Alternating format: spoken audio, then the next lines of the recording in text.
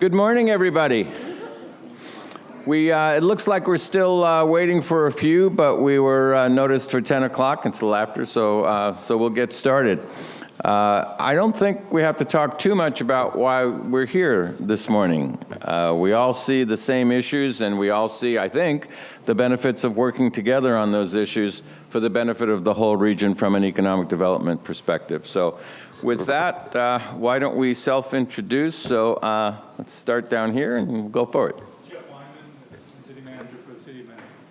Armando Villa, City Manager, Menifee. Good morning. I'm Bill Zimmerman, the Mayor for City of Menifee. Matt Leesmeyer, Council Member, City of Menifee. Kim Summers, City of Murrieta, City Manager.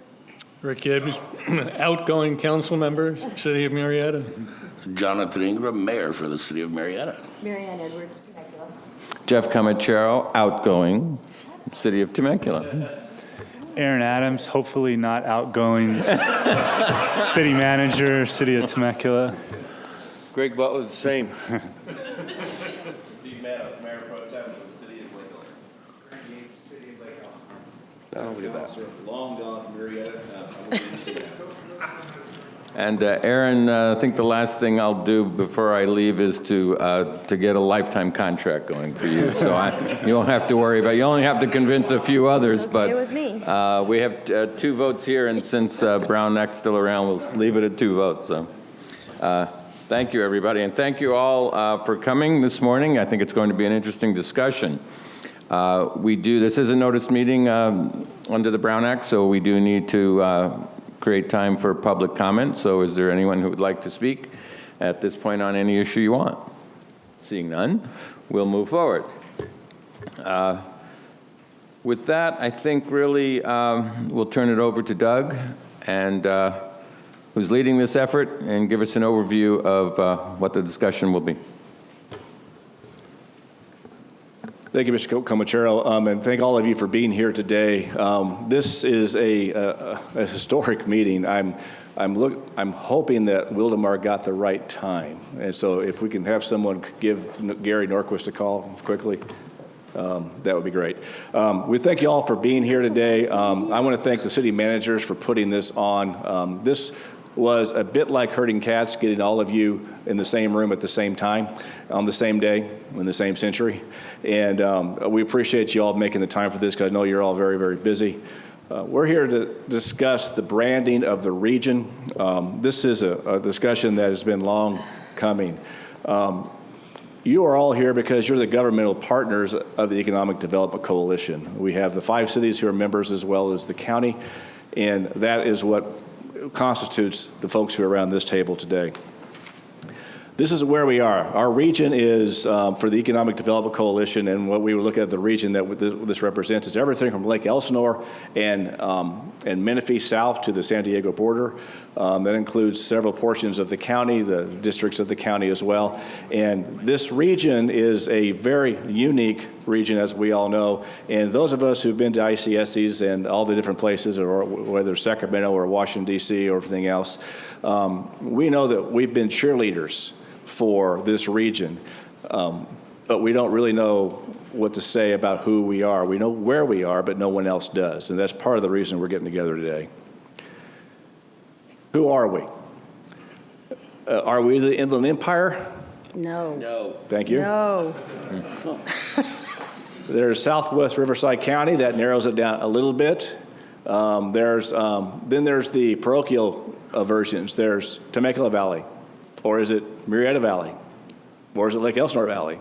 Or is it Menifee Valley? Depends on what city you're in, which valley this is. And so we want to kind of clear all of that up. And that's kind of what helps make this whole presentation, this whole meeting historic. The fact that all of you have come together to solve that problem so that we can have an identity that we can actually market.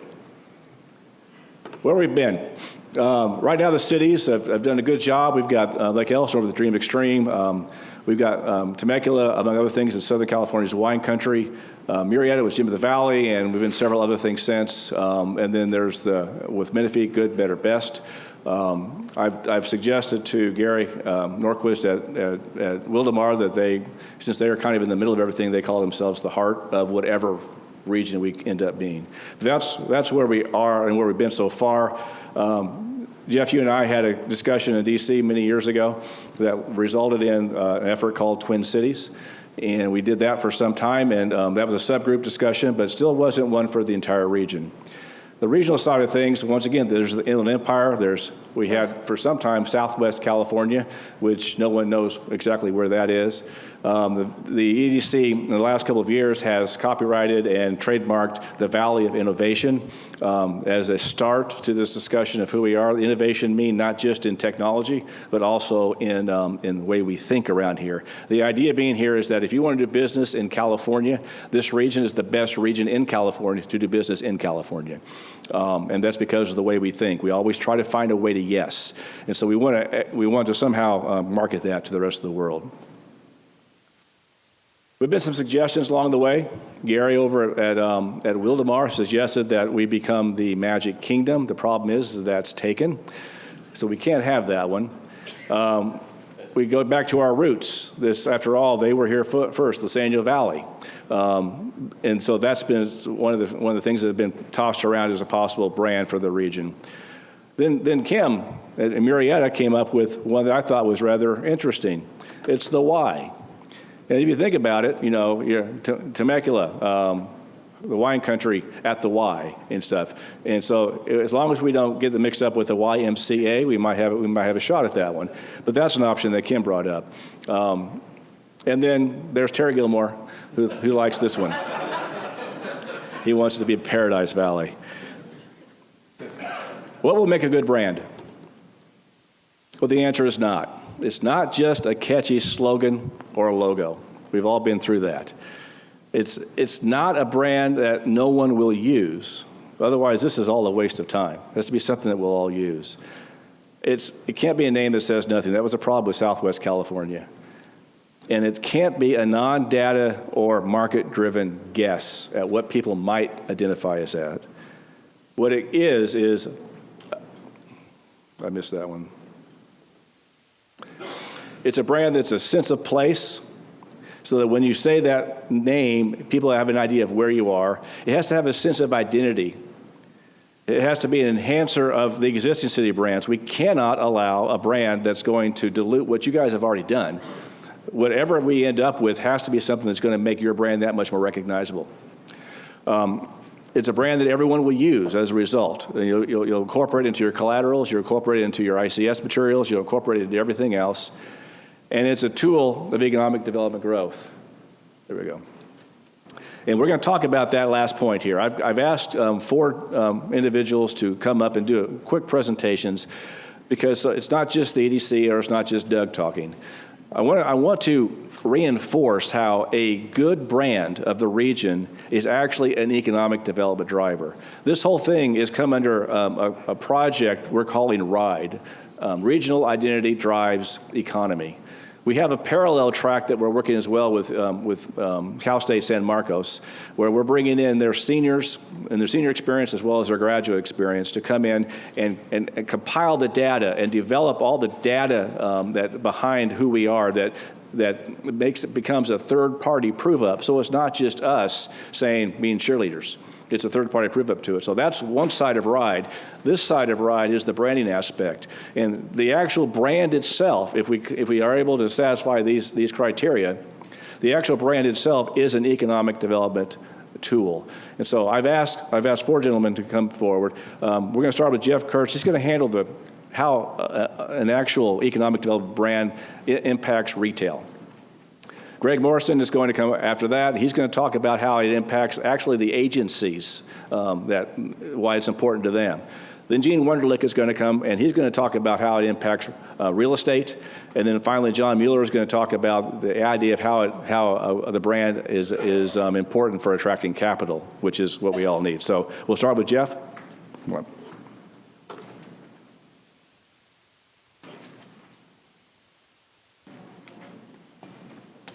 All right, good morning, everybody.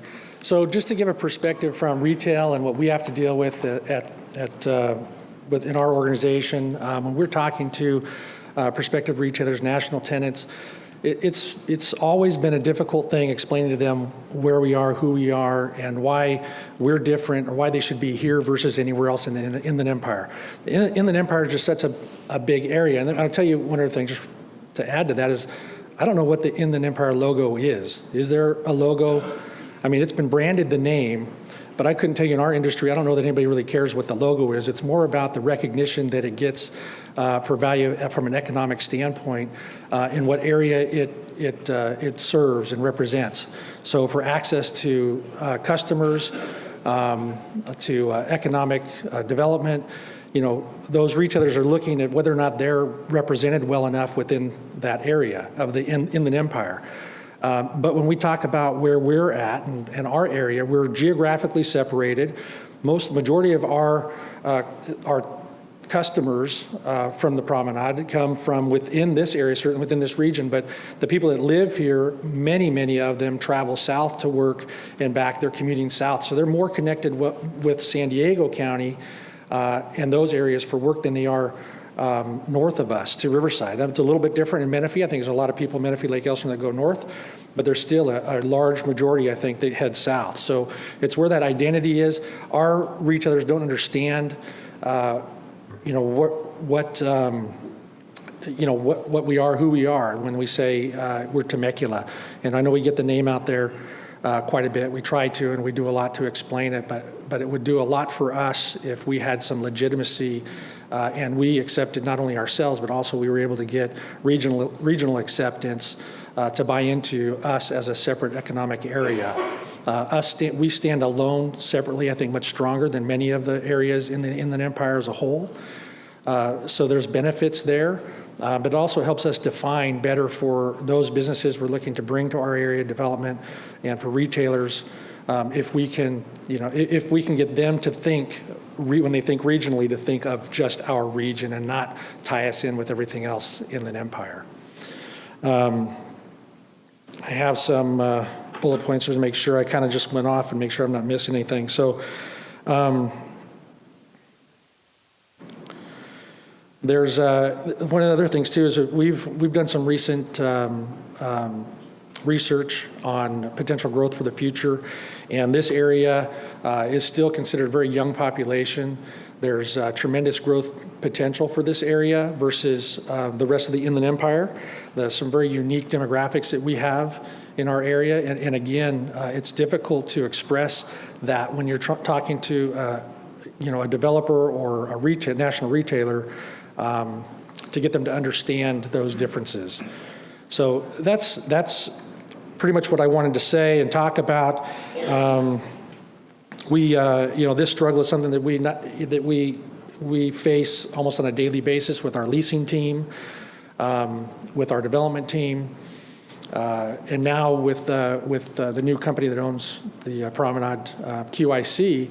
They're looking at investors. We bring more investors into all of the portfolio and the properties. And so, we run into the same problem with them in discussing with investors, why they should invest in a property that's here in this region versus, Victoria Gardens or some of our other properties which is in the Inland Empire, or some of our other properties around Southern California, in the LA area and so on. So, are there any questions that I can help answer? No? Thank you. All right. Thank you.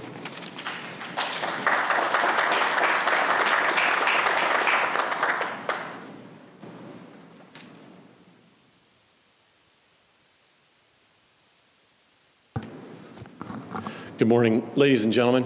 My name is Greg Morrison. I'm the Government Relations Officer for Elsinore Valley Municipal Water District. I haven't been in the valley very long, so I'm just kidding.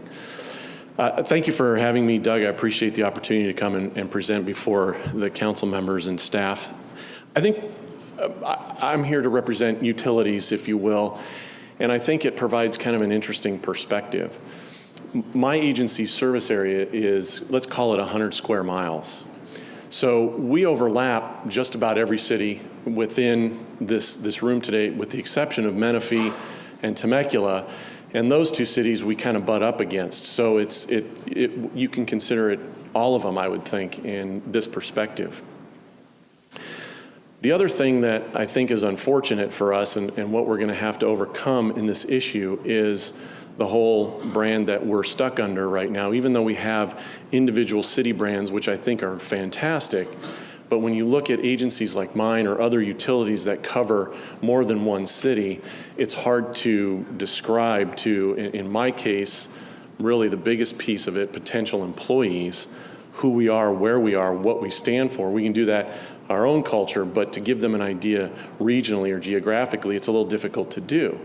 And when you have to, I guess, sort of settle, if you will, for the Inland Empire brand, we are we're considered the IE. You ask anybody outside of here who we are, oh, you're in the IE, I get that.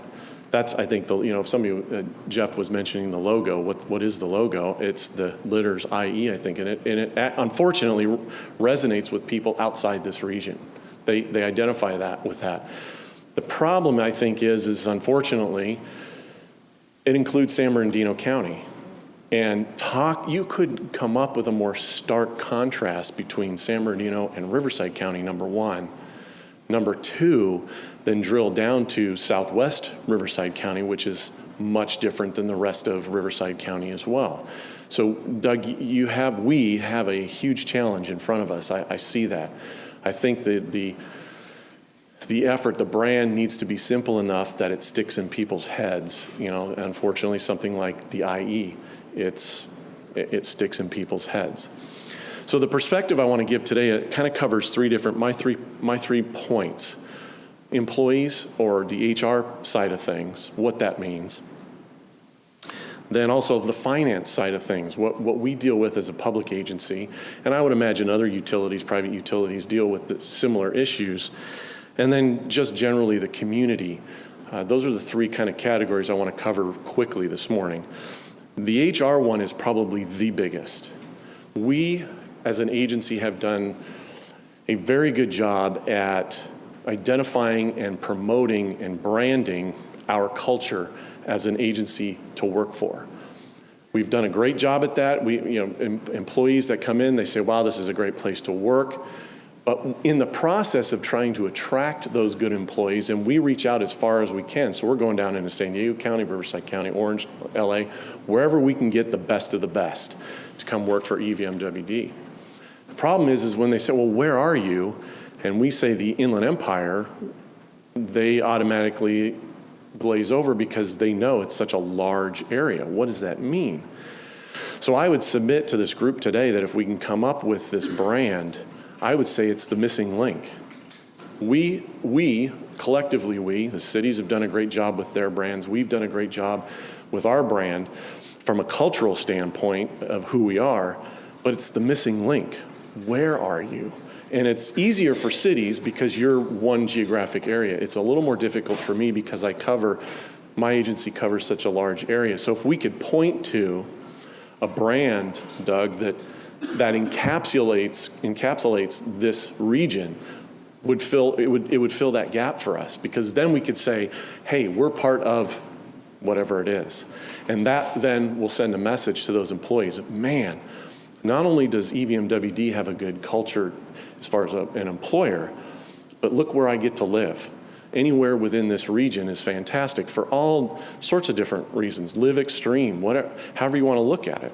So I think that's going to be really one of the key things that we're going to be looking at. From a finance perspective, kind of the same thing. Again, we're 100 square miles. When we're getting our bond rating from Fitch, Standard & Poor's, Moody's, take your pick, yes, they do look local and regionally to some extent, and we have to, quite frankly, drive them to do that. Instead of them just coming in and doing a blanket, oh, you're in the IE, oh, that's easy to do. Whoa, no, time out, no, it's not. Because there are certain things we don't want you to consider north of us into the next county, because it does not play into what we're doing here, certainly in Riverside County, and then more microscopically in Southwest Riverside County. So that is a big consideration as well. The third point, then again, just generally speaking, is the community. We have a very large outreach effort with our residents, our customers within our entire service area. Again, remember, we're 100 square miles, so we're reaching out across individual brands of the city. So how do we do that? Well, right now we're doing it the same way we're doing it with everything else, talking about who we are, what we stand for, and what does that mean for you, our customers, in all of your cities, with the exception of Temecula and Murrieta. So again, for us to have our own individual brand as EVMWD, and those of you that are in our service area understand who I'm talking about when I say Elsinore Eddy, for that particular brand to be part of a bigger regional brand just gives us more power to reach out and help people understand what they're a part of when we're talking about being in our service area. But it also helps us craft messages correctly or accordingly to help promote not only our individual brand, but the regional brand to really bolster it up and make it prosperous for all of us. So I think that's just my general statements. I'm happy to stay and answer any other questions that you might have now or as we move through this process. But I really appreciate you giving us the opportunity, Elsinore Valley, to be part of this discussion today, because it's incredibly important for us, for sure. So thank you.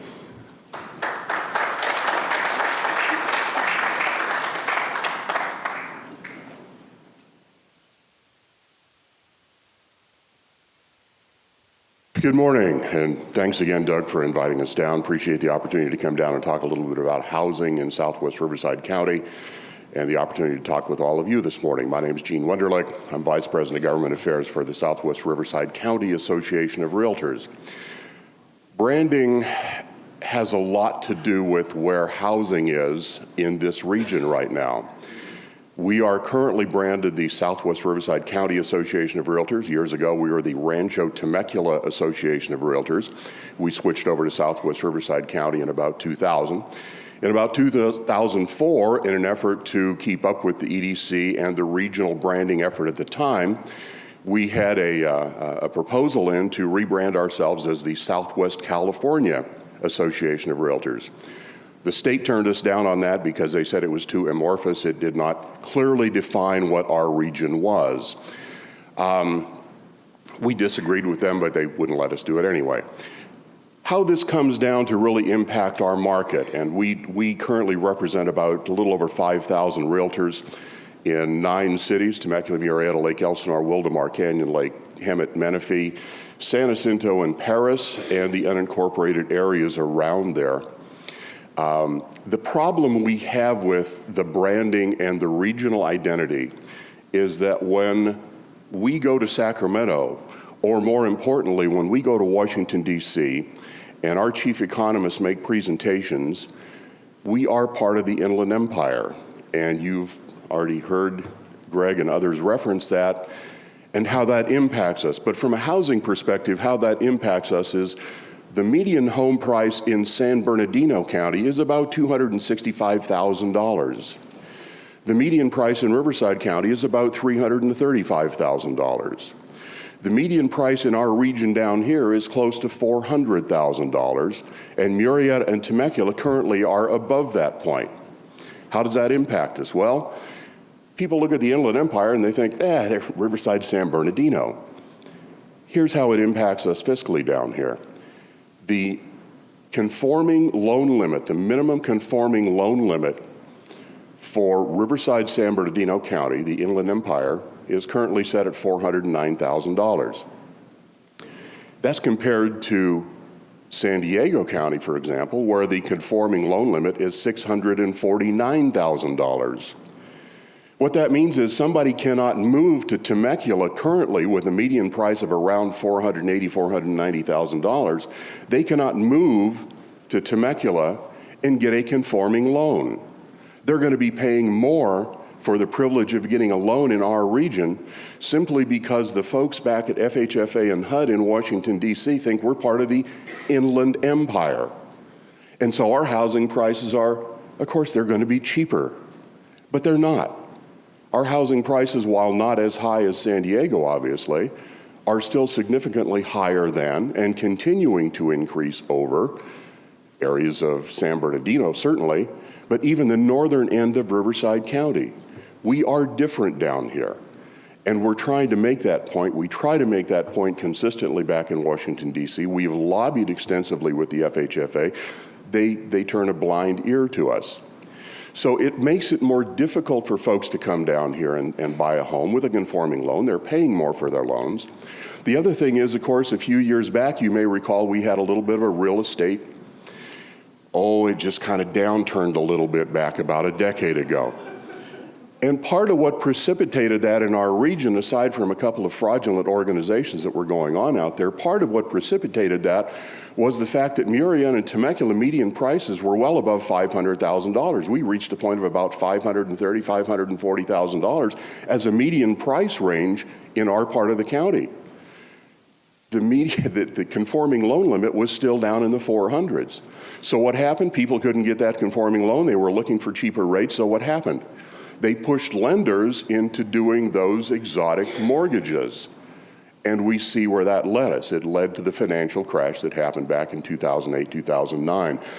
We're not getting to that point yet, but again, once we cross that threshold where we cannot get a conforming loan, where people cannot move here easily and get a reasonably cheap loan because we're part of the Inland Empire, it impacts our ability to grow, it impacts housing, it impacts new home developers and construction because they have to try to fit within a certain box to make their homes available and affordable to the vast majority of people.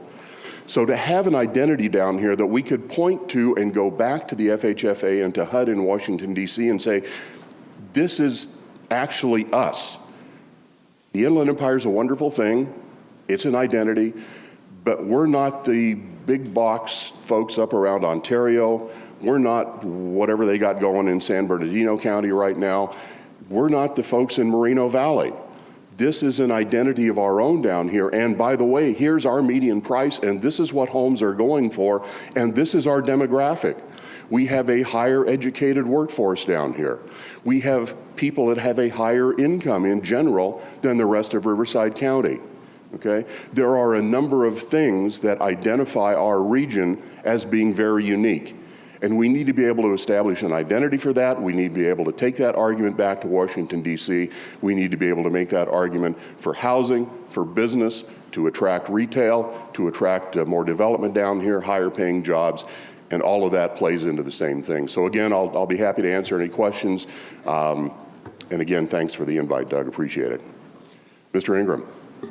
Good morning, Gene. How are you? Wonderful. Got here early. You know, it's interesting sitting listening to this and I keep going back to the future of California. Riverside County is the fourth largest county out of 58 counties in this state. And I think that we're going to grow. Landmass-wise, geographically, San Bernardino is larger. We are the last bastion of development between the coast and the Inland Empire. So it's a no-brainer to me when I'm talking to developers. They go, well, how do we get there? We need to let people know that we're open for business, period, and that we're looking to create that. I think the big stigma that they have, it's hard to develop in Riverside County, and that the commute has become difficult for most if you're spending 3 hours a day as a super commuter. So I truly believe that this region over the next decade is going to explode, and I absolutely agree with you that we need that identity now as quick as we can possibly get to it. If you listen to John Husing, one of the things we have going for us down here has always been we have dirt available. But Murieta and Temecula don't have a lot of dirt available anymore. So we're looking at areas like Wildomar, Menifee, Lake Elsinore, to bring that development, to bring the housing. California right now is running at about a 1.5 million home deficit. Mm-hmm. We desperately need that. But again, yeah, if you can't build a home that's affordable to the majority of people, if you can't afford that high-paying workforce, if you can't afford to bring jobs down here anymore, it's difficult. And again, you know, people back east, they don't understand Southwest Riverside County. You get outside of California, there's Riverside counties in about 6 other states around here. You know, Florida has a Riverside County. Southwest Riverside County means nothing to anybody in Washington, D.C. So to establish an identity of our own out here would go a long ways toward easing that crunch and being able to get more development jobs in the region. I firmly believe that. So I think this is a great first step in that direction. Any other? Yes, Marianne. So, Jean, when you went back and talked with HUD and met with people, I know you probably accented the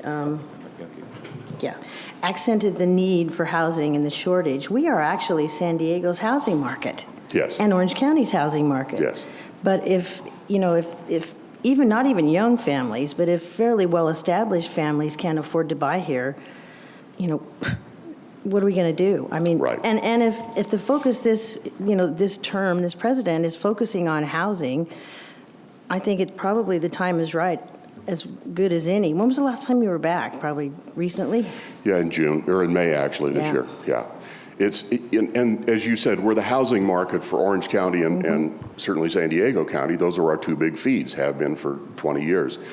But here's an interesting thing that happens. San Diego and Orange County have that higher loan limit, 649 as a conforming loan. Now, as their median prices creep up over that point, we get more and more people coming up here. But they're coming up here in the $500,000, $550,000, $600,000 range, and they come up here and look at a home, and all of a sudden they talk to a lender. Yes. And the lender goes, "Oh, no, that 649 that you could qualify for down in San Diego, you can't do that in Riverside County. You can only qualify for 409 as a conforming loan limit up here." Yeah, and they go, that's "Wait exactly a minute, what I mean. what? What?" And so there goes a prospective buyer for one of our higher end homes up here. So yeah, it impacts us every day. Yeah, I'd be willing to get, a group from all of the cities together and go and present that case again. Good luck. Yeah. would be happy to join you. Yes, sir. I think we can't lose sight of the fact that there are economics at play here as well. And Gene, I know you know we've talked, but the fact is, a builder today can barely build at the median home price and Absolutely. make a profit. Yeah. And so, we're dealing with state regulation, we're dealing with inordinately high fees, which, for a long time I sat on both sides of that. We need the fees. I mean, to say let's do away with the fees is not a logical argument, unless we don't want to build roads and mitigate the new growth. But the fact is, we can't have this discussion on housing just in the vacuum of a marketing campaign and what we call ourselves. So we've really got to look at it in total. And there are things that can be done, not without a fight maybe. But that fight is winnable, and I think that's something that we all have to consider. Again, there's strength in numbers, certainly, Yes. and that's the benefit of this group. Doug, if you remember that conversation we had first about Twin Cities, we also talked about forming our own county. Now, that may sound radical, and it was, and it still is. But we've got between 500,000 and 600,000 people in this region that we're talking about right here. Now, there are legal obstacles, and no new county's been formed in California, I think, for 100 years. Not that it can't be done, but it's probably not feasible for a number of reasons. So I think the challenge becomes, how do we brand ourselves to provide the impression that we're independent from the Inland Empire? And I think that's what we're all talking about. So I wish I had a suggestion and an answer. I don't, but I know that we'll come up with one. You have one? You want to wait? Okay. And your point is absolutely accurate, that it's difficult, if not impossible, for builders, even in Riverside County, to build what we used to call affordable housing, which we refer to as affordable workforce housing, because it's not just affordable housing, it's for our workforce. It's for our teachers and our firefighters and our realtors and our kids who can't buy a house even out here. And of course, part of it comes back to all you folks sitting around the table with your diff fees and tump fees and Hey, you want roads? Come on. Yeah, you don't want to be sitting on that freeway anymore, do you? Sorry. Did I lose the crowd on that one? Wrong audience, Gene. Yeah. Okay. No, but the fact of the matter is, in Riverside County, understanding as a developer, and we're one of the least expensive in the state, certainly, but it's still going to cost you $65,000, $75,000 per structure or more before you can put a stick in the ground, and that's exclusive of land acquisition and everything else. So I know it's it's difficult, but again, with those low conforming loan limits, you're really butted up against that, and that's the problem we face every day. Yes, sir. So I agree with Mr. Comachero. I think one of the things that we're looking at now, especially as chairman from the RCA, anybody that's worked with me there knows how diligently we've pushed to overcome obstacles, and there's been a lot of them. Over the last year, we've been pretty successful. We spent about $49 million. I think Grant would agree that we've worked really hard with Elsinore. The problem with the brand is not that I think branding is the easy portion of this whole thing. If you look at MSHCP as a whole, 20% of what's left is what's impacting the economic areas of Southwest Riverside County. The overall plan, if it's completed, which is about 92,000 acres that are left, will free up almost 600,000 developable acres.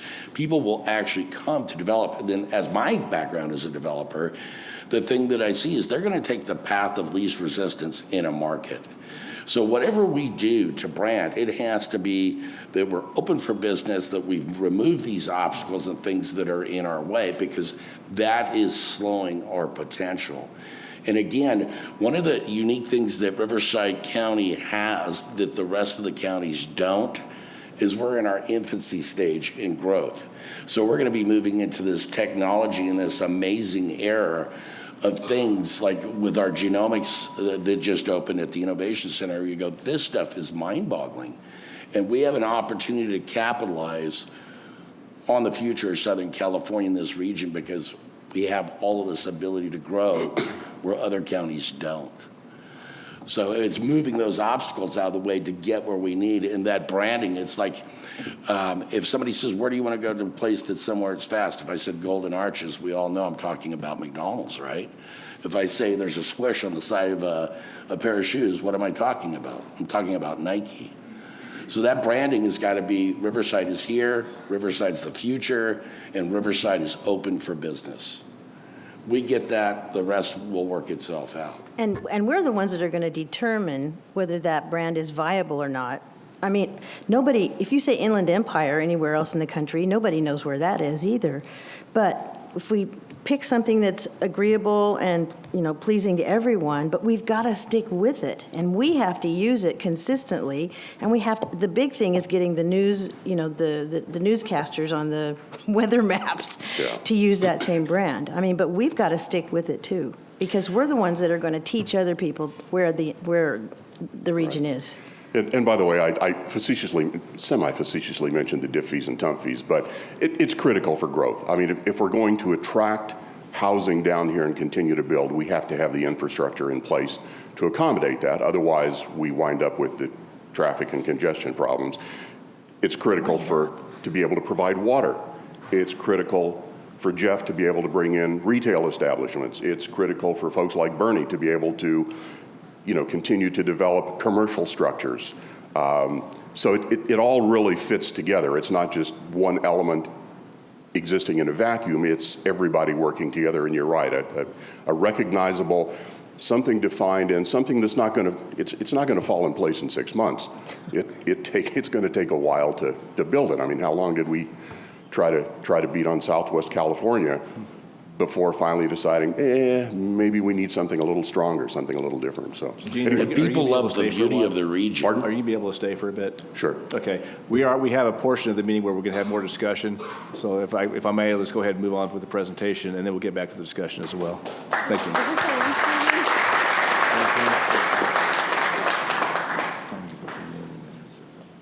Good morning, ladies and gentlemen. My name is John Muller. I'm the Project Finance Director with Truex Companies.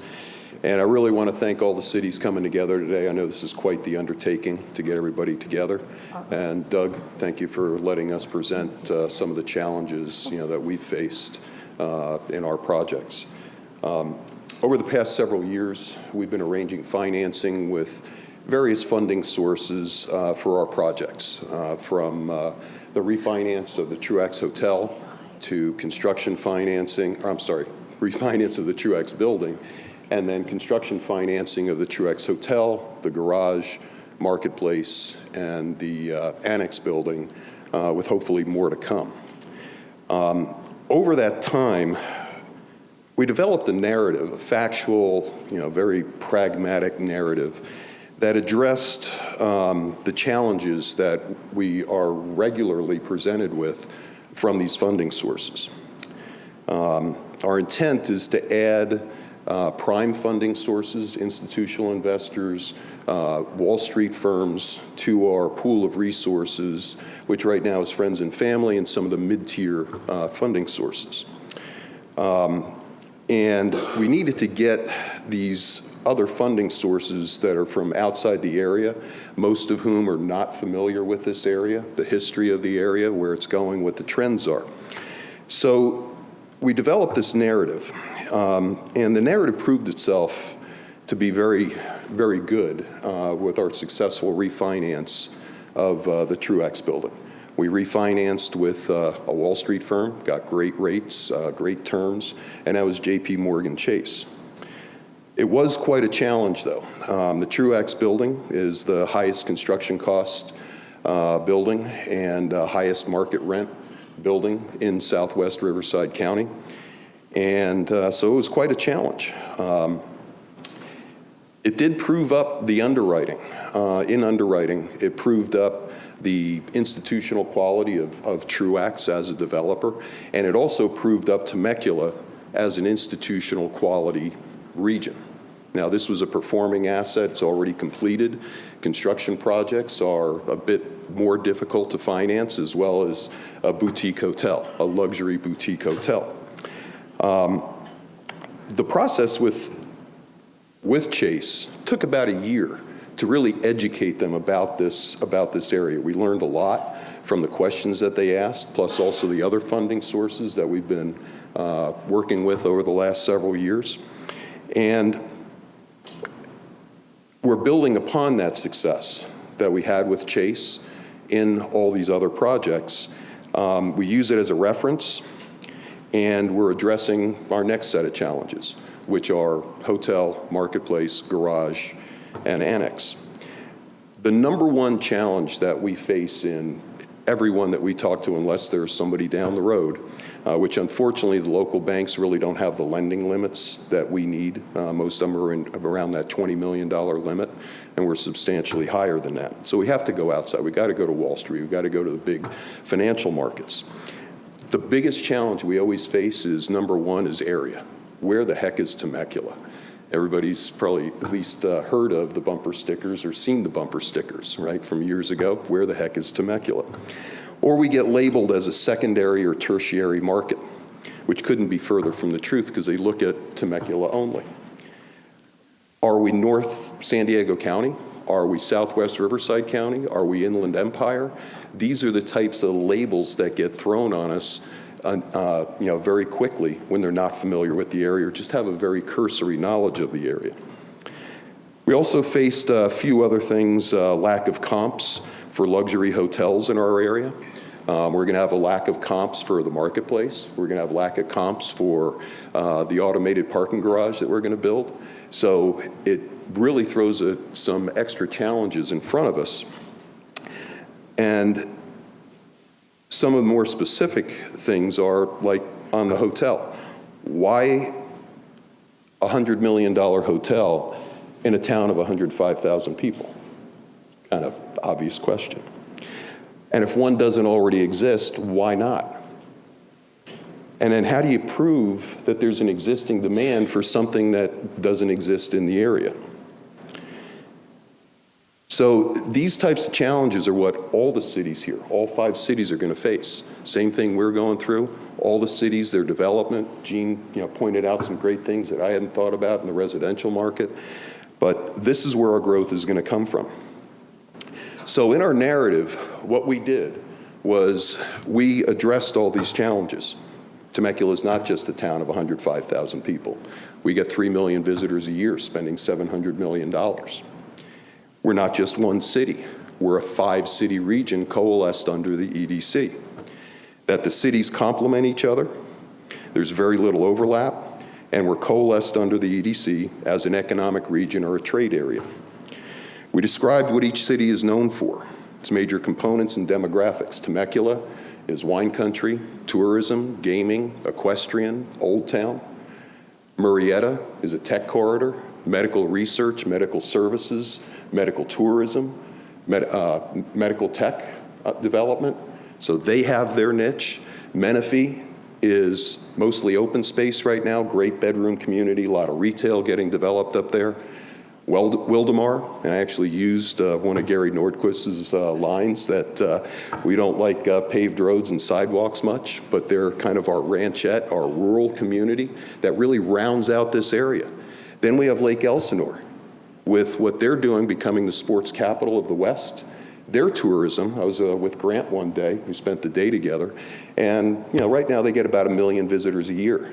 When they complete that new sports center, the entertainment center, the expansion of the stadium, they're going to go to 2 to 2.5 million people. That adds to this whole region. So everything that Temecula does affects the rest of the region. What Elsinore is doing affects the rest of the region. We are operating like one city, one economy. We complement each other very well. And the fact that all 5 cities came together today, this is great. So once we built that profile of each of the 5 cities, we combined it all to present it as one trade area, one region operating together. Everybody gets along nice. And then the next step after that, of course, is the 23 million people living in Southern California within a 2-hour drive circle. So this narrative is working. However, it is an ongoing challenge because it's an education process. It's not a short education process. We wordsmith the heck out of our packages to really grab their attention, engage them so that they want to read it and not just say, town of 105,000, $100 million hotel. Nope, not our wheelhouse. Goodbye. So we've got to engage them. And that's what we did. But we were still missing a very, very important component, and that's what the purpose of today's meeting is. We couldn't put this region in a box. We couldn't put a label on it. We couldn't put a nice bow on top. That is what was missing out of it. And once we get that and we develop it and the cities start marketing it for all their projects, getting that out there, the EDC starts marketing it, this region will be known just like San Diego, Inland Empire. But we will be extricated from those areas because our demographics are considerably better than everybody else, like what Gene was talking about. So, we're in full support of this. We're not done with projects. We got a long ways to go. All the cities have projects. Gene is talking about the expansion and growth and development that this area is going to go through. That's part of our narrative too. We're kind of that undiscovered jewel. This is a great prime investment area. It's just people don't know about it, and we can't just put a nice little label over the top. So, any questions? Great. Thank you.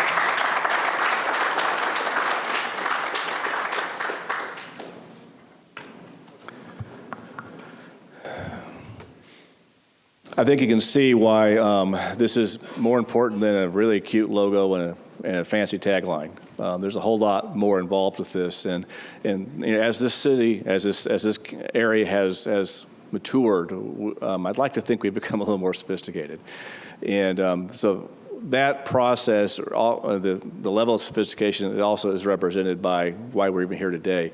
This effort to this point, to this meeting, has been over a year already in the works. There was a gentleman by the name of Ted Snell who approached me over a year ago. He was from Irvine. He's a broker, and he at that point he was parroting to me all the talking points that I had come up with, and all of us have been using about why our region was the future of Southern California. And I asked him if he'd seen it in my speeches or anything else. He said no, he'd done his own research. And so automatically he had my attention, and it was his intention to market this region, and he introduced us to his personal marketing firm. And at their own risk, and to their credit, they, without any direction from us, put together a proposal about what it would take to brand the region and then market it. The reason we're here today is because as a result of that, the cost of that was in 7 figures a year. It wasn't cheap. The process was going to cost some money. And so the city managers and I got together afterwards and determined that what we needed to do was fine-tune the scope of this and do some more homework. In the process that we learned a few things. We had a whole lot more sophisticated about how we do this. We're going to have to narrow down the scope. And so we also wanted to not have to reinvent the wheel. So one of the things that we did, we asked the folks from North County, San Diego, along the 78 corridor. They had just been through a process called Innovate 78. And you have in front of you now, I believe, we just printed out some examples of a pamphlet that they have. It's basically a collaborative of their culture, of their cities there along that region. And the purpose for that, our meeting with them is for us to ask them, how did you do it? How did it work? What didn't work? What would you suggest we do in the future? What was the process, the logistics, the mechanisms, and all of that? And that is, and that proved to be very, very informative. Now, once again, we are already, as you see there, what I passed out before you, it shows some demographics. It shows some numbers. The RIDE discussion we're having and the teams are putting together to come up with the data, working with Cal State San Marcos, is going to be a whole lot more sophisticated when it comes to the numbers that you're going to see there. But the bottom line for that is that we have to come up with data for this region, that's reflective of this region versus, we've all been to the economic forecast that talked about the Inland Empire, but didn't narrow down to this region. We want to fix that. We want to become our own little area where we can have our own data. And as Jeff, as you commented that, I get it, the aspect of becoming our own county is a heavy lift, but this branding effort needs to be so good at what we do that is as if we are our own county. We have such a strong identity that we are such carved out. Well, that's going to cost some money. That's going to be as a process that's going to go through a whole lot of effort. There's going to be data that's going to be gathered. There's going to be focus groups, not just within the region but outside the region, to find out what they think of us and put all that data together. And we've all got to get together and end up picking up what we're going to be doing after that. But Innovate 78 is a good example of yes, it can be done, and it can be done well. The desired outcomes for what we're talking about here is, first of all, to inform you, all of your subcommittees, about what we've done so far and the potential and the need and the potential impacts for an effective regional brand. That was the first thing we wanted to accomplish. I hope we've done that today. And I appreciate the folks who helped me with the presentation of that. The second thing we wanted to do was update all of you on what we've done so far. I just want you to understand, and we'll talk more detail as we get to the discussion, and the city managers were all part of this as well. This is not a sloppy process we've been to this point. We have done our homework to get to this point so that this meeting is worth your time. And so we have a substantive discussion coming up here. The third thing, and you'll find that as you look at your agenda, it says our action item is this the right time for Southwest Riverside cities, and all of our cities there in the county, in partnership with the county, to invest in a regional brand campaign geared towards quality job creation? Let me kind of summarize for me what the EDC would like to help you all do, and that is simply this. What we want to have right now, we're going to move into a discussion time about this whole concept and even how you feel about it and beyond. Because at the end of this meeting, it is my hope and prayer that each of you go back to your colleagues on your city council supporting the concept of all of the cities collaborating together on an RFP. And if we get that RFP put together, then we can, we'll put together a scope and put all that together. But if all the cities can collaborate on an RFP to reach out, to find out what it's going to cost, and what are the efforts, and what's the we see what the proposals are, just to see what this is going to take. So this portion of this meeting, the purpose for this meeting is to make the case, and I hope we have, that it needs to be done. The next step beyond that is, how do we do it? And once again, our hope is that you'll all go back to your city councils with a support of an RFP that the region issues as a joint region, and we can figure out that second part of that question. So with that, I'd like to open this up for discussion, and I will help try to facilitate that the best way I can. So, Mr. Gibbs. I'm sorry, can I, Rick, before you, let's all make sure we turn our mics on.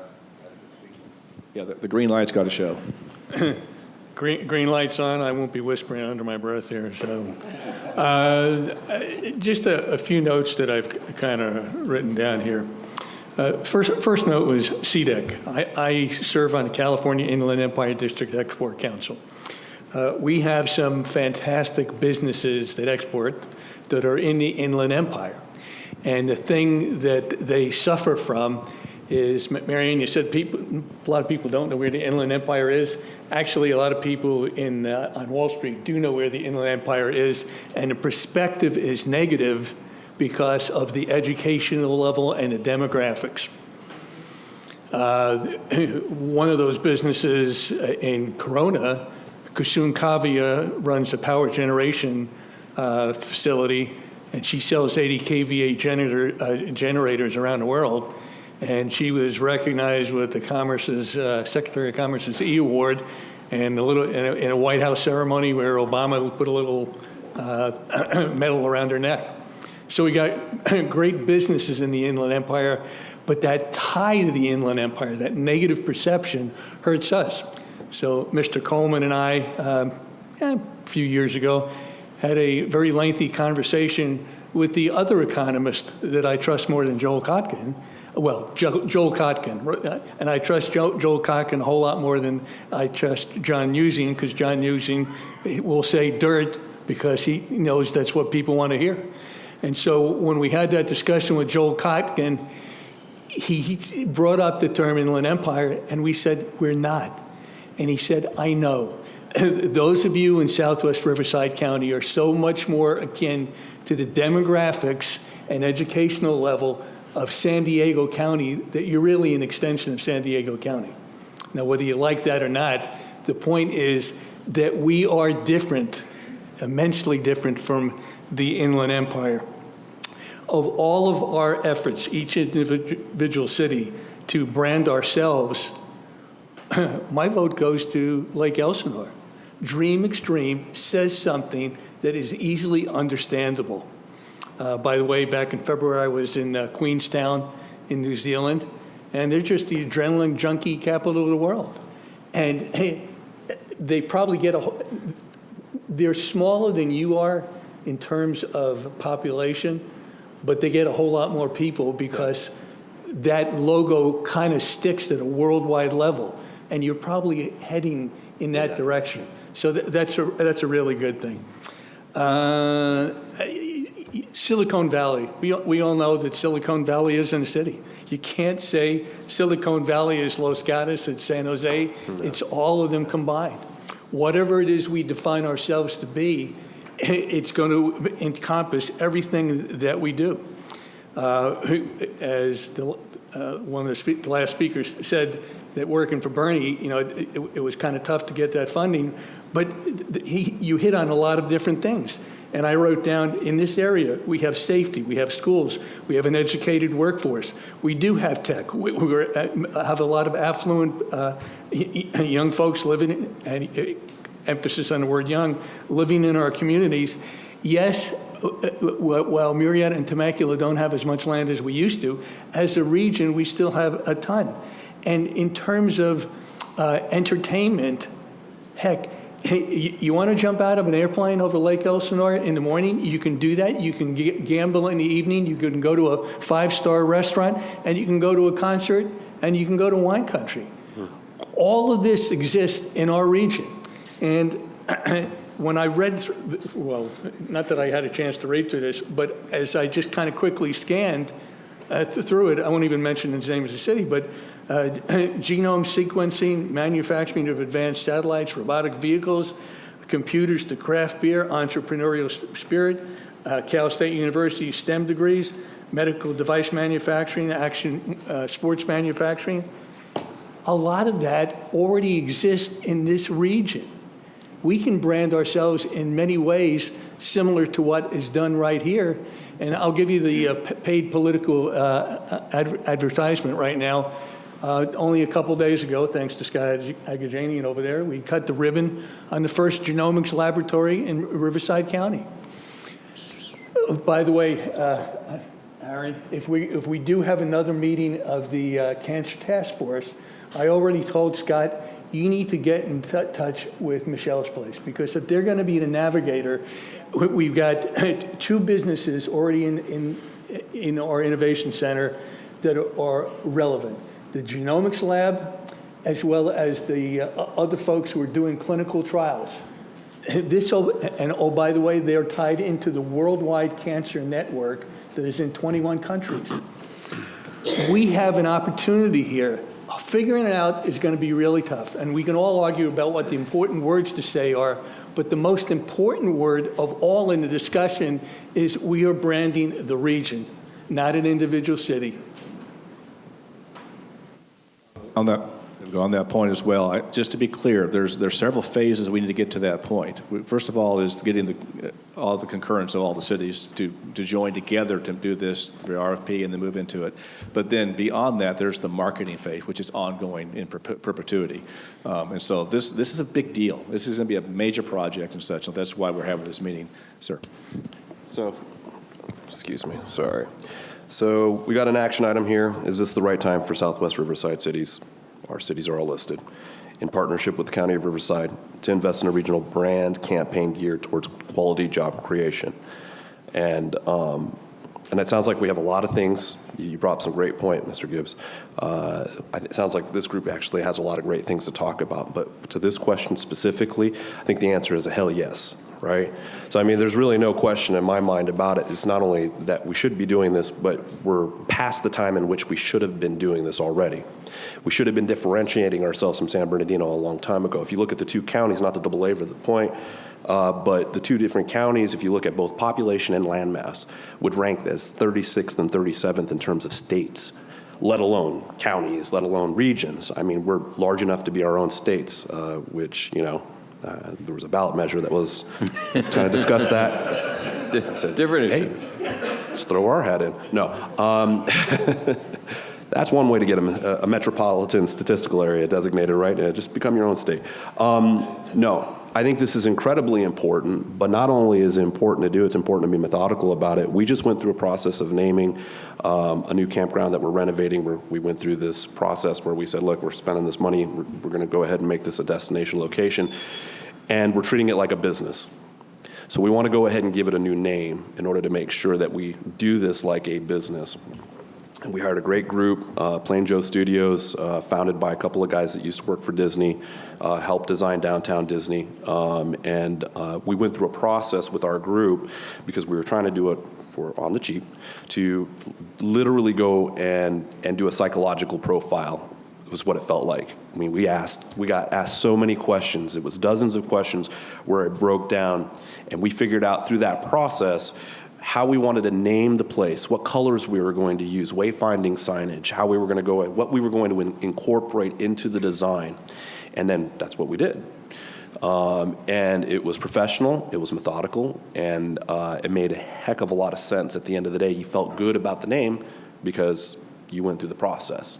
And then bringing everybody else along the process, because we only had a couple of guys from the council able to go ahead and participate. We're going to need to go through something like that, but bigger, because this is really important. We get one shot to get this right, okay? So if we're going to spend a little money on this, we should. And if we're going to spend a little money to go ahead and get it out there, we should. And some people are not going to understand because it's not physical, it's not this, road or bridge or, an on-ramp improvement or, a parking. But you heard from the guys earlier that if we want all those things to come afterwards, we have to set the plate. That's our job as government. We have to set the table. So I find this as being incredibly timely. incredibly important, and I would encourage all of my colleagues here to encourage their colleagues to proceed with the RFP as soon as possible. To that point as well, the reason for the RFP is that there are several approaches to this, which the marketing firms all have their own approaches. Everything else is the one used for the campground. There's others, and we've all, I mean, when I was with you, we all have done this with all these different things and stuff. And so part of the RFP process is to come together and identify what is the approach that fits this region. That's why we encourage that to be happening. I saw a hand over here. Oh, go to you first, Jeff. Thanks, Doug. Yeah, I've been around here a long time. Too long, some would say.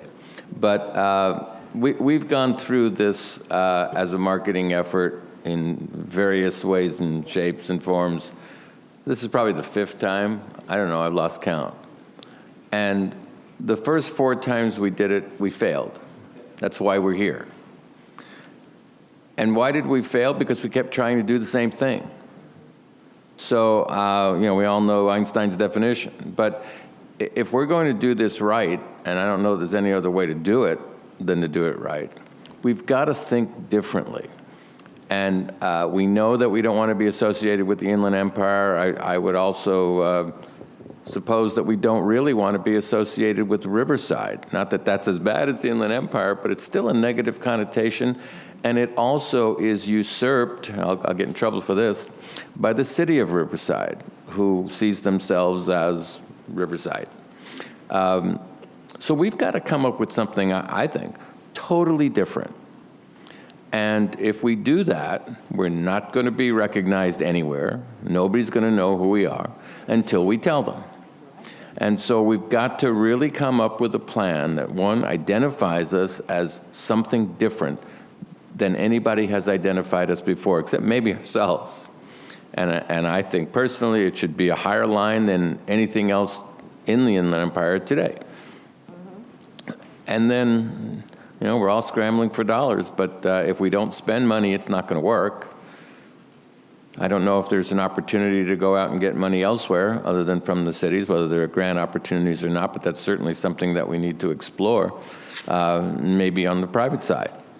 With those businesses that have a lot to gain or lose, and maybe even are not here yet but would like to be if we were branded better. So there's an awful lot to this. I think we're sitting here all making comments trying to convince ourselves that we should do this, but I think we all agree we're already there, as Mr. Mano said. And so, it's time to do. I think it was Yoda who said, "There is no try, only do," right? Well, I think that's where we are. Let's get off it and do it. Doug, really quick, I just wanted to say thank you for bringing us all together here. I would agree with Mr. Comachero and Mr. Manos that we all have a vested interest in doing this. That's why we're here. I don't think it's a really big decision for us. But speaking to the scramble for dollars, Menifee isn't really as cash flush as Murrieta, Temecula, and maybe even Lake Elsinore. I would like to be able to report back to my council something as to what you think this may be, how this could affect Menifee or our cost, and what the timing of something like this could be. Obviously, it's intangible to spend this money and go forward, but I need to try to put something to this. That's fair. That's very fair. I just don't have an answer for you. Yeah. But it's fair. That's why we're taking this as a staged process to find out. The RFP is staff time and stuff, and there'll be a accumulation of that from all the 5 cities. Their staffs get together and create an RFP for the purpose of sending that out. We get some responses back from the RFPs, and then we'll be able to see a range of costs at that point. Nobody has committed to anything until then anyway, because then, once again, this is the easy meeting. Okay, this is the choir here. I get that. But now when we get to the point where somebody's going to start writing checks, then we've got to figure out what that looks like, how much it's going to cost, what's the flavor of it. Is it just government, or is this going to be a public-private partnership where we bring some businesses in to help with that as well? How are we going to do that? All that stuff is in the future. We can't get there until we know what we're talking about. So I do know the one we had that was everything and plus 3 or 4 kitchen sinks involved was $1.3 million a year. That's a big number. which kind of, the rest of us who saw that go, wow, okay, let's look at this again. That's what led to the Innovate 78 discussion and how they handled that, and it wasn't near that much money in the processes. So I don't believe it's going to be anywhere near that. But once again, that scope's got to be defined. And that's going to come from all of you in that. So I know I didn't give you an answer, but the best way I can say that is that so far it won't cost you much. And when it comes to the point of costing much, then you have an opportunity to say yes or no at that point. John. I want to thank you for being so tenacious with this. We've been discussing this for a long time, and you're kind of like a pit bull with a bone on this, and it's good because we need it. I would be remiss not to say when we were having the conversation here that we talked about Menifee being a bedroom community. It's not. Menifee is going to be the future of Southwest Riverside County in respect. It's our employment base. The same with Elsinore. As Temecula and Marietta have become more restricted from a growth potential in our topography, the people are going to be commuting that we're going to keep within our Southwest region. Those jobs are going to be in those cities. There's no doubt. Same with Wildomar. If you look at Eastvale and you look at the industrial growth of Eastvale and other areas, what's transpired is they have rail. Steve and I have had this discussion many times. Well, we have rail that comes into Menifee and other areas. We need to start utilizing and capitalizing on that and kind of wrap our arms around the cities that need help for that growth, because they're going to provide the jobs of the future that we can't. There is no doubt in my mind. And that's one of the things that's been working with Steve, Grant, Matt, Ben. I think you have a coalition of people now that understand united we stand, divided we fall. And so we need to figure out how to do this. And the ones that can't afford it, we need to figure out how to implement and help push that along, because the future success of Southwest Riverside County, the future success of Temecula, Marietta. I disagree, Jeff, when you say your branding failed. When I mention Temecula, well, matter of fact, I say Marietta, they go, oh. But if I go, oh, wine country, Temecula, they know where we're at. When I say we failed as a region. Yeah, Temecula's branding was phenomenal. Our medical tech branding has been phenomenal. Dream Extreme. It's time now that we go, we're going, is the Inland Empire the juggernaut of economics of the future of Southern California? Heck yes, it is. So we need to make this investment, and we need to do it now. And let people know that we're here and that we're going to create those jobs and provide a quality of life at the same time. Somebody told me the other day the reason they relocated to Riverside County, they could live wherever they wanted in California, is they could buy a beautiful home and they didn't feel that they lived in a concrete jungle. Yeah. That they could be in wine country, that they could be in the desert. To go to the desert, they could be skiing in an hour, where you're centrally located. And that's going to be the key of marketing and protecting the areas that we know that we're going to create the infrastructure and jobs in our own county. One of the things that, if you've heard any of my speeches on this subject, I will go through the Coming Jobs War. It talks about the things that are necessary in a region to create jobs, and we have every one of them on steroids and stuff, but no one knows about it, and that's the one thing we want to fix. Before I be remiss to forget this, if I could just have any one of my board members from EDC, if you could just stand right now.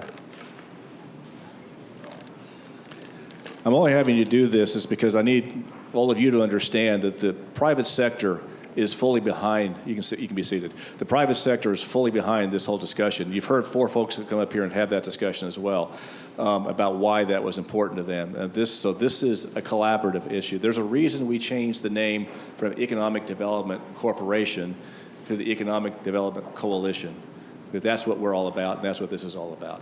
Any further comments? Doug, I just want to add to, in our conversations about this as we're leading up to this meeting, I think it's important that we make the distinction that we're checking retail attraction over here. This isn't about that. That's a sensitive issue for every city here.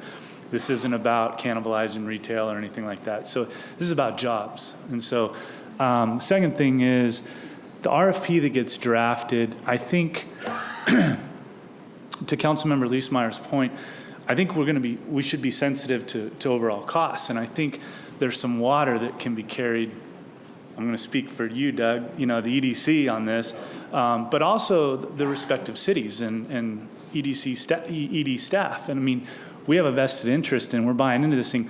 We should be able to buy down the cost, how we draft the scope of this thing. Because when you look at Innovate 78, there's a lot of this stuff that exists between all 5 of us today. So I think there's a way that we're not paying for things that we don't need and we're going to pay for things that we do need. So I just want to add that. We may find out, and to your point as well, and both of your points, that in the process of this discussion, that the brand, whatever that brand ends up being, relatively speaking, I hate to put it this way, but is the easy part. We'll have to go through some processes, and the RP will determine the nature of those processes. But it's the marketing of that brand, and it's how we all use that brand in all of our materials so that it becomes such that it's by blunt force trauma, if necessary, everybody starts to recognize who we are. Yeah. To that point, I grew up in the Coachella Valley, and living out there as a kid, first off, it's Coachella. I don't know what the national news media can't pronounce that name. I don't know why. But it was never a problem for the national news media until Coachella Fest. And suddenly that area has a brand, and it's a bumper sticker. It's been in 2 summer movies where the actors are saying the name. We're going to have to not only, like Steve said, set the table, put this out there, but then we got to figure out what are those things we can bring here that then will help nationally publicize that brand. And so I definitely agree. That is probably the most difficult thing, because it took the Coachella Valley many, many years to be the Coachella Valley and to actually make that something that now you get on a certain flights coming out of New York City, half the flights wearing a wristband. Of course, coming this way, they're all excited. Going home, it's a different story. So one of the things that Jeff Kurtz was talking about is I think he had to leave. But one of the points he made to me was, and maybe this is part of the marketing discussion, and this may be a legislative discussion beyond the marketing discussion, is somehow make this new brand officially recognized somehow through the state, through the whatever, to help along those processes. So that's part of what may be part of the process. And Doug, it's up to us to define it and to consistently use it for the long term. Thank you. When we think about Inland Empire, everybody knows where that is. It's been a term that's been referred to for so long. We're talking about disassociating ourselves, and there's some risks there. But maybe there's a way when we're talking to a consultant that's hired to help us with this maybe we're Southland Empire or something like that sort of is similar but separate, you know what I mean? And people then understand what it is, who we are, and why we're separating and trying to have a brand or a name to it. So it's one of the reasons I love Magic Kingdom. It's Inland Empire, Magic Kingdom. It's kind of the same genre and such, but we can't use it other than that. But yeah, to that point, there are some things about the Inland Empire that we can benefit from. But the beauty of the branding process is that we can pick and choose, and that we can adopt them. We can take them away and make them ours. Right now, it's Inland Empire. Let's make it ours at that point. Doug, I disagree with that. And with all due respect, the Inland Empire, the term is tainted. Oh, I don't like that term. Yeah. And I don't think we can say, well, yeah, we're still kind of part of the Inland Empire, but we're the good part, and we have this and we have that. That just doesn't work. And it's just my opinion, and obviously we're here to respect all opinions, but I think we have to get away from it altogether. I agree. I think we have to just be bold, come up with something, and when we hit on that something, some of us will say, wow, that's crazy. And then it'll start to grow on us. And I don't know what that is, but I think we've really got to take a bold step here. Mm-hmm. And I would agree. I'm referring mostly like to our location, the location of the Empire. Well, we have the better location. But yeah, we need to divorce ourselves completely from that Yes. term. I agree with you completely. Anybody else? Oh. Picking up on what Coachella Valley was talking about, how do you get that name out there? How does it get announced? Every morning when I watch the weather, I see all the weather stations, it doesn't matter who you're watching, identify our weather as Inland Valley, Inland Empire. We can get those. Bernie, we need to mic you. Can't hear me? We're recording. Yeah, if if we could get whatever brand and the name we get to on those weather channels and identified in the news the way they say it to Inland Empire, that stands out everywhere and nationally, and that's a very quick, cheap way to get it, whatever the brand is, would get out there quickly. And since you talked, and I'm going to talk to you all real quick, is that whatever this brand ends up being, if you're a business, you're going to have me talking to you about changing the name of your buildings and how you do your marketing and everything else, because it's not just cities here. This is the private sector needs to step up and adopt that brand as well and help us market that brand. Is that a fair statement, guys? Yeah. So it's going to be a collaborative effort all the way around. Just so, Bernie, so you know, I actually called Channel 5 and the rest, because they're an LA market constantly, and go put Temecula and Marietta on the map. And they do on Sundays. And I'm good friends with two of the weather people, and they go, it's up. I get a text. It's up, Jonathan. Look, it says Temecula and Marietta. So that's kind of the problem. We're in the Bermuda Triangle of the television markets, right? And we are. So we're devoid. It's when I look at media coverage and the other things that we need to help drive our county. What do we have? We have the PE, we have Valley News, we have the Patch. So, I mean, that's a big part of it is which market do we go to that's going to best benefit this new brand? There are things that we all want in this region that one city by themselves will never be able to do. I don't care how good we get, that we've got some outstanding, obviously all the cities are outstanding, but when we pull together, there's nothing that can stop us. We literally are the best region in California to do business in California. But no one knows what those numbers are but us, and we've got to get that out there. So, Greg, you had something to say? Yeah, I just wanted to maybe kind of put even a finer point on this discussion that you're having right now, and Bernie, kind of to your point as well, that we want the same thing. We want the best of the best for employees, for our organization. And so, one of my favorite books that you probably heard of, it's called The Tipping Point by Malcolm Gladwell, one of my favorites. And this kind of goes to Councilman Benoit's point too about Coachella. It's creating that buzz. You got to create that buzz, and The Tipping Point talks about creating that buzz.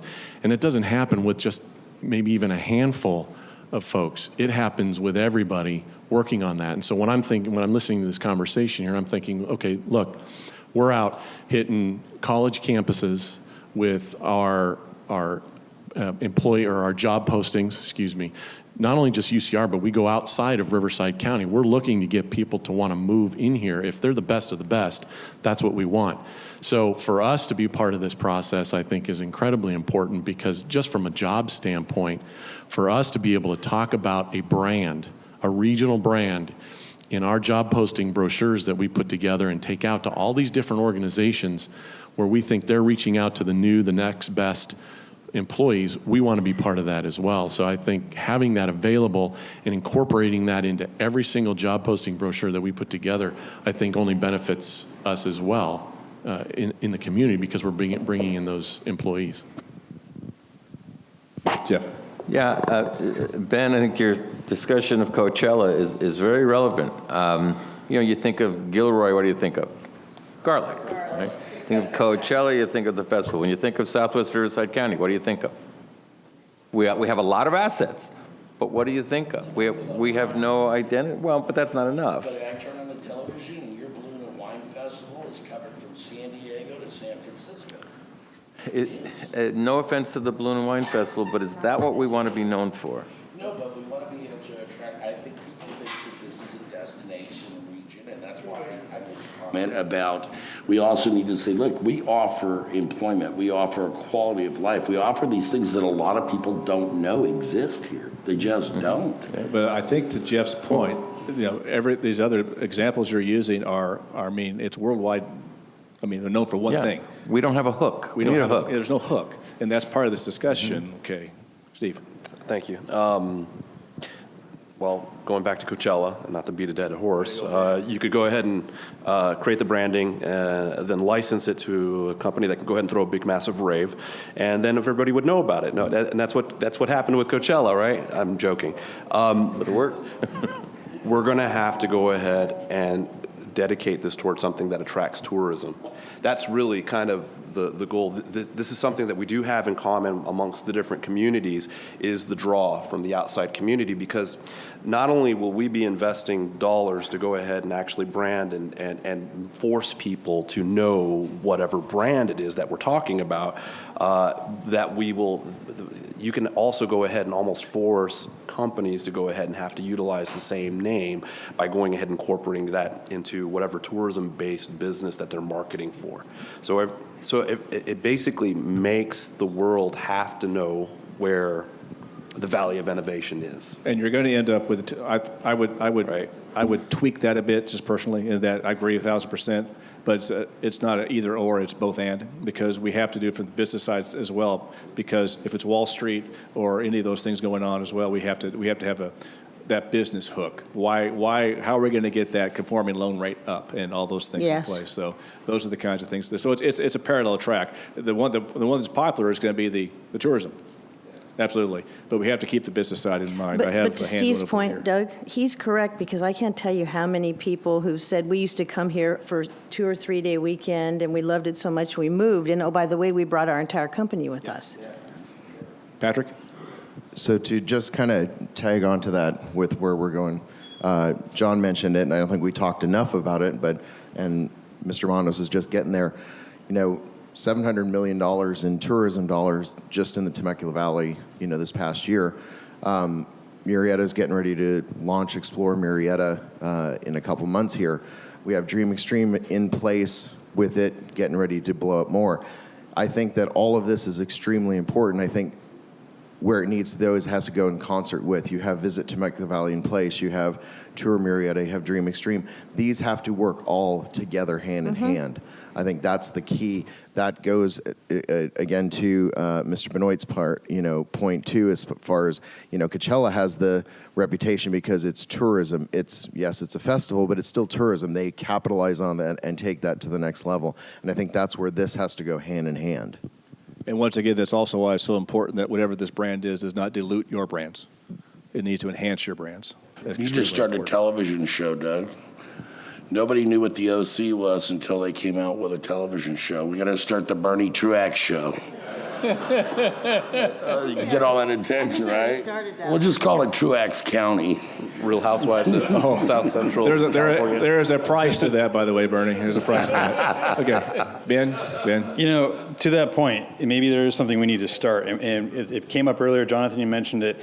Media marketplace. We are the butt end of LA's media market, the other end of San Diego's, the part of Riverside's.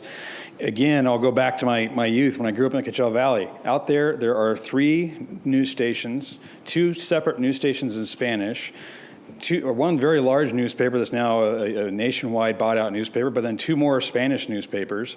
I came out here and went, where is everything? Where are the news cameras? Why is stuff happening out here that out in the Coachella Valley, there'd be 4 stories on before 6 o'clock rolled around and 2 more at 11, and then it would be in the paper the next day. We don't have that out here. And I look to our business community and say, well, are we not marketing on TVs? Do we not try and broadcast? Obviously, there's not a broadcast tower out here. I know there was a Temecula news channel a few years ago, and it sort of withered away. I don't know. Is there a time and a place to develop, hey, Bernie, how about start a news channel? Well, there is a TV license that exists in the area that went defunct. Yes. And a few years ago, I actually took a run at trying to buy it and didn't get very far. But the city has a TV station that's the public broadcast. I'm not sure how much could be done with that to get it going. It's limited, It's very restricted. It's restricted. Yeah. But if you're in our market to buy advertisement is LA or San Diego, and you pay the rates because of the penetration. Maybe that's one of the things we all ought to put together to try and attract partnerships or money or someone to get that TV station open and broadcasting locally. But to address that, though, Bernie, the license that it has, it will never be granted any cable space. How many of you met with how many of you like me have been in them. D.C. lobbying for a DMA for this region? Yeah. And it takes an act of Congress, literally an act of Congress. Let's get part of the process of this may be this branding situation. And Doug, we went through that here, it must have been 10 years ago. It was my first year. And we had, 2005 maybe.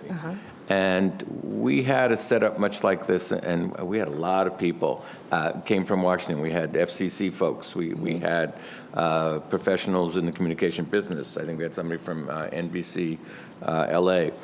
Radio came up. Yeah, we had everybody. Yeah. And again, it didn't work. It was a great idea. It was probably 10 years before its time, and for two reasons. One, we weren't big enough as just Temecula Murrieta, and also we didn't have everybody. And everybody's grown up now.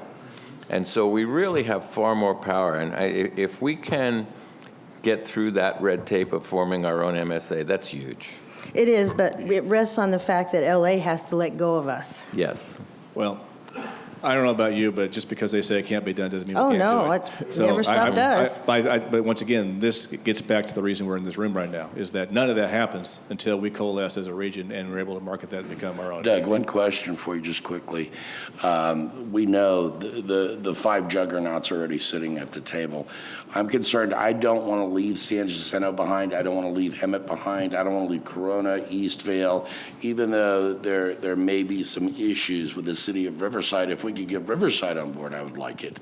I think it's really important that they play a role as a whole for Riverside County and for its future. Let me play devil's advocate that a bit. We have in this region very, very healthy demographic numbers, very, very healthy opportunities for business, location being one of them and such. And the more we spread this out, the more diluted we become. The more we end up with the same kinds of dilution that we have right now in the empire. And so I'm not saying that's not a good idea, but I'd be very, very careful about undermining our own efforts in that point. So it's just something to think about. So the branding then would be exclusive to the Southwest region? It'd be just Southwest region, because once you move out of our region, the numbers change dramatically. Okay. That's my recommendation at this point. Okay. I have it. Oh. Yeah, John, on that point, Use a microphone. Okay. One of the reasons why we were, really building that, the 5-city under the EDC is because we're also kind of a buffered region. You look to the north past Lake Elsinore, open space. To our east, open space. South of Temecula, a lot of open space. So we're sort of this geographic, microcosm as well. One of the things that I was concerned with when I got on council, I made a thorough commitment as a developer and a builder. I don't promote anything that doesn't create revenue for my city and for the region, period. The state usurps so much of our money and imposes so much on us that we have to be concerned with TOT, and we have to be concerned with earning income that we get to keep in our region. And I know that if somebody's going to come and rent a room from Bernie or Pechanga, that they come from San Jacinto, that they're coming from Hemet. When I first got on council, we had one hotel. We have 5 today, and we're growing, and they're booked.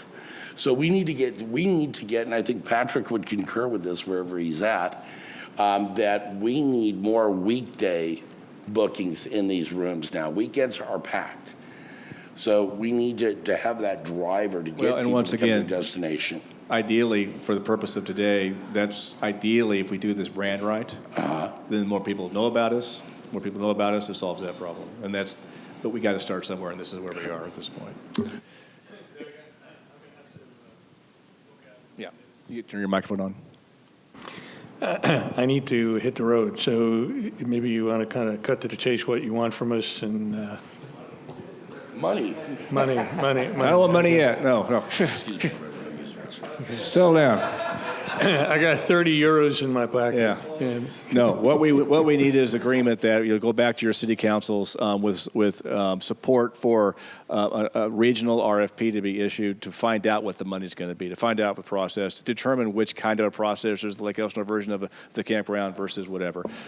We need to know where to go from here.